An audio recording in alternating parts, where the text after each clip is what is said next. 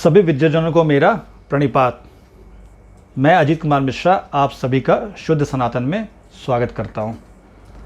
विद्याजनों, हम अक्सर टीवी पे और बहुत जगहों पे, स्थानों पे कथाएं होते से देखते हैं। इन कथाओं में बहुत सारी बातें बोली जाती है धर्म की। हम तुरंत उनको, जो कथा कहने वाले होते हैं, उनको अपना गुरु मान लेते हैं।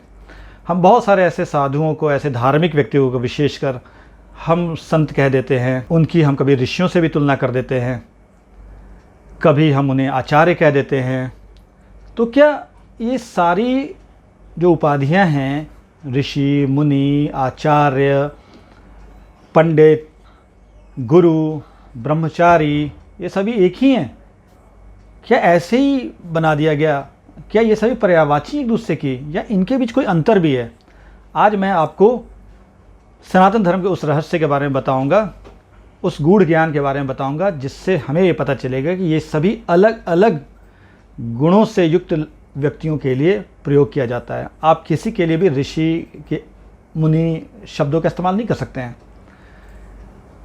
तो मैं आज शुरू करने जा रहा हूँ, लेकिन उससे पहले मैं आप सभी से निवेदन करूँगा कि आप शुद्ध सनातन का ये अगर वीडियो देख रहे हैं तो आप इसे ज़रूर लाइक करें अगर आपको पसंद आता है तो, और अगर आप नए हैं तो इसे आप सब्सक्राइब करें, ताकि आप हमारे शुद्ध सनातन से जुड़े, हमारे सनातन धर्म से जुड़े बहुत सारे ऐसे वीडियोस को देख सकें जो शुद्ध रूप से सनातन धार्मिक ग्रंथों से निकाल कर बनाई जा रही हैं।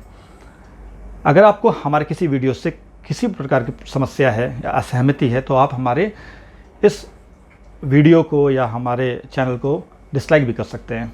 पर मेरी गुजारिश एक ही है कि डिसलाइक करने के बाद आप एक कमेंट ज़रूर करें कि आपको हमारे वीडियो के किस कंटेंट से समस्या है। हम उसमें सुधार लाने की ज़रूर कोशिश करेंगे और हम अपने आप को और बेहतर बनाने की कोशिश करेंगे। तो विद्याजनों, हम आज छोटी छोटी बातों से, छोटी छोटी परिभाषाओं से आज आपको ये बताने की कोशिश करते हैं कि ऋषि, मुनि, आचार्य, पंडित, गुरु, इन सब में क्या अंतर होता है। तो सबसे पहले शुरू करते हैं ऋषि से। ऋषि शब्द जो है, ऋषि उन लोगों के लिए इस्तेमाल किया जाता है, उन व्यक्तियों के लिए इस्तेमाल किया जाता है जिन्होंने वैदिक ऋचाओं की रचना की है। वैदिक ऋचाओं जैसे ऋग्वेद, यजुर्वेद, सामवेद और अथर्ववेद, इनकी ऋचाओं को, इनके मंत्र श्लोकों को, जिन्हें ऋचा कहते हैं, उनकी रचना करने वाले जो लोग भी थे, उनको हमारे सनातन धर्म ने ऋषि का दर्जा दिया। दूसरे लोग वो थे जो धर्म में मुनि कहलाते हैं। मुनि का अर्थ ये होता है कि वैसा व्यक्ति जिसके अंदर में किसी भी तरीके की कोई भी भावनाओं का ज्वार नहीं उठता हो और वो मौन हो गया हो। मौन रहने से मतलब ये नहीं है कि हम चुप हो गए। हमारे अंदर बहुत सारे विचार चलते रहते हैं। आप सड़क पे लोगों को देखते होंगे कि कोई गाना गाते चले जा रहा है, कोई बड़बड़ाता हुआ जा रहा है, कोई जो जहाँ है वो वहाँ नहीं है, कि कोई किसी धुन में चला जा रहा है। तो ऐसे जो ज्वार उठते हैं हमारे अंदर में, ऐसे जो भावनाएं उठती हैं, ऐसे जो लगातार द्वंद्व होते रहते हैं, उथल पुथल मची रहती है, जिसके उथल पुथल शांत हो गए हों ईश्वर भक्ति में, ऐसे व्यक्ति अंदर से मौन हो जाते हैं और इसलिए उन्हें मुनि कहा जाता है। तीसरी श्रेणी जो है वो संतों की है।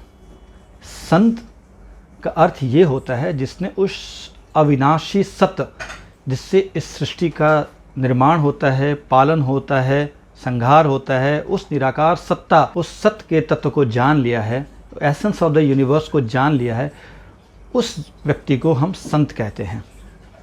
इसके बाद बात आती है योगियों की। योगी का अर्थ ये होता है कि जिसने इस अविनाशी सत्य से अपने आप को योग करा लिया हो, यानी जोड़ लिया हो। संत का मतलब जिसने उस तत्व को जान लिया हो। एक बात होती है जानना, एक बात होती है उससे जुड़ जाना। तो योगी वो होता है जिसने अविनाशी सत्य, उस निराकार परमात्मा से अपने आप को योग करा लिया हो, उस अविनाशी निराकार परमात्मा से अपने आप को जोड़ लिया हो, वही व्यक्ति योगी है। इसके बाद एक और जो कहे जाते हैं, उनको सिद्ध कहे जाते हैं। वैसे धार्मिक व्यक्तियों के बारे में मैं बताता हूँ आपको। वैसे लोग जिन लोगों ने उस अविनाशी निराकार सत्य को सिद्ध कर लिया हो, जिसका साक्षात्कार कर लिया हो, उन्होंने देख लिया हो, वैसे लोग सिद्ध कहे जाते हैं। तो सिद्ध, संत और मुनि ये सभी, और योगी, ये सभी लोग अलग अलग हैं। ऋषि, ये सभी लोग अलग अलग हैं। इसके बाद आते हैं महंत के बारे में। महंत विद्वज्जनों उन लोगों को कहते हैं जो किसी धार्मिक परंपरा से चले आने वाली व्यवस्था के सबसे ऊंचे अधिकारी होते हैं। जैसे किसी मठ के किसी मठ का जो सबसे उच्च अधिकारी होता है उसको महंत कहते हैं, जो एक प्रशासनिक पद है, ये एक धार्मिक प्रशासनिक पद है ये। इसके बाद पुरोहित। पुरोहित शब्द जो है, जो पुर का हित करता हो, यानी जो आपके इलाके का, आप पुर नगर को कहते हैं, जो आपके नगर के हित के लिए कार्य करता हो, वो पुरोहित कहलाया जाता है। वो धार्मिक कर्मकांडों के द्वारा राजाओं को, बाकी लोगों को मजबूत करता है और उस यज्ञों के द्वारा जो है राजा, प्रजा, सबको ईश्वर कृपा की प्राप्ति कराता है, इसलिए वो पुरोहित कहलाता है। इसके बाद बात आती है मित्रों पंडितों की। पंडित का सीधा अर्थ ये होता है कि जिस व्यक्ति ने किसी शास्त्र में प्रवीणता प्राप्त कर ली है, यानी एक्सपर्टाइज प्राप्त कर लिया है, वो उसमें दक्ष हो गया हो, वैसा कोई भी व्यक्ति पंडित कहला सकता है। इसका किसी जाति विशेष से कोई लेना देना नहीं है। इसके बाद हम बात करते हैं प्रवचनकर्ताओं की। हम टीवी पे बहुत सारे प्रवचनकर्ताओं को देखते हैं, उसमें बहुत सारे ऐसे लोग हैं जो महान ईश्वर के उस सत्य को जान चुके हैं और वो अपने सत्य को लोगों को बता रहे हैं। सो इसलिए वो भी संत के कैटेगरी में आ सकते हैं। पर लेकिन हर प्रवचनकर्ता संत नहीं हो सकता है, ना हर प्रवचनकर्ता योगी हो सकता है, ना हर प्रवचनकर्ता कोई सिद्ध हो सकता है। वो किसी विशेष पुस्तक का बढ़िया जानकार हो सकता है, जो आपको अच्छे से व्याख्या कर सकता है। एक कमेंटेटर की तरह एक बुक की कमेंट्री कर रहा हो जो, वो व्यक्ति जो है प्रवचनकर्ता कहलाता है। वो व्यक्ति प्रवचनकर्ता कहलाता है। इसके बाद हम बात करते हैं शिक्षक की। शिक्षक और गुरु में बहुत अंतर होता है। गुरु वो होता है जो आपको उस ईश्वरीय चेतना से जोड़ देता है, आपको उस मार्ग पे चला देता है, वो व्यक्ति गुरु होता है आपका। लेकिन शिक्षक वो होता है जो आपको इस सांसारिक विद्या की जानकारी देता है, जिसमें धर्म और कर्मकांड भी शामिल हैं, और वो जानकारी देने के बदले आपसे पैसा लेता है। मित्रों, मेरे विद्वज्जनों, द्रोणाचार्य को आप पहला शिक्षक मान सकते हैं, क्योंकि उन्होंने वेतन लेकर के पांडवों को और कौरवों को धनुर्वेद, अस्त्र विद्या और दूसरे विद्या की जानकारी दी थी, शिक्षा दी थी, इसलिए वो शिक्षक कहे जाते हैं। इसके बाद एक होता है आचार्य। आचार्य का मतलब होता है जिसका आचरण जो है बहुत शुद्ध हो, वो व्यक्ति आचार्य कहा जाता है। अब हम बात करते हैं विद्वज्जनों आचार्य की। आचार्य उसको कहते हैं जिसका आचरण जो है ना चर्या करने युक्त हो, मतलब जिसके आचरण का हम अनुसरण कर सकें, वैसा व्यक्ति आचार्य कहलाता है। वो व्यक्ति धार्मिक होता है, वो व्यक्ति शिक्षित होता है, और हम ऐसे बहुत सारे ऐसे लोगों को देखते हैं जिनका हम अनुसरण करना चाहते हैं, उनकी तरह हम ज्ञानी होना चाहते हैं, उनके मार्ग पे चलना चाहते हैं, वैसे लोगों को हम आचार्य कहते हैं। इसके बाद दो और मैं परिभाषाएं दूंगा शब्दों की। एक है ब्रह्मचारी। ब्रह्मचारी का आमतौर पे हम ये मानते हैं कि ब्रह्मचारी जो कुंवारा हो। ब्रह्मचारी का मतलब केवल कुंवारा होना नहीं होता है, कुंवारा नहीं भी है तो भी वो ब्रह्मचारी हो सकता है अगर उसने ब्रह्म के अनुसार चर्या की है। मतलब जो ऐसा व्यक्ति जिसने ब्रह्म के अनुसार आचरण किया, जैसा ब्रह्म का स्वभाव है, जैसा परमात्मा का स्वभाव है, वैसा जो आचरण करता है वो ब्रह्मचारी कहलाता है। जैसे बहुत सारे ऐसे ऋषि मुनि हुए हैं जो विवाहित रहे हैं और उन्हें ब्रह्मचर्य व्रत का पालन किया है। महाभारत में, रामायण में हम बार बार देखते हैं तो हम चौंक पड़ते हैं कि ये तो विवाहित है, ये फिर ब्रह्मचारी कैसे हो सकते हैं? क्योंकि वो ब्रह्म के या परमात्मा के स्वभाव के अनुसार आचरण करते हैं, इसलिए वो ब्रह्मचारी कहलाते हैं।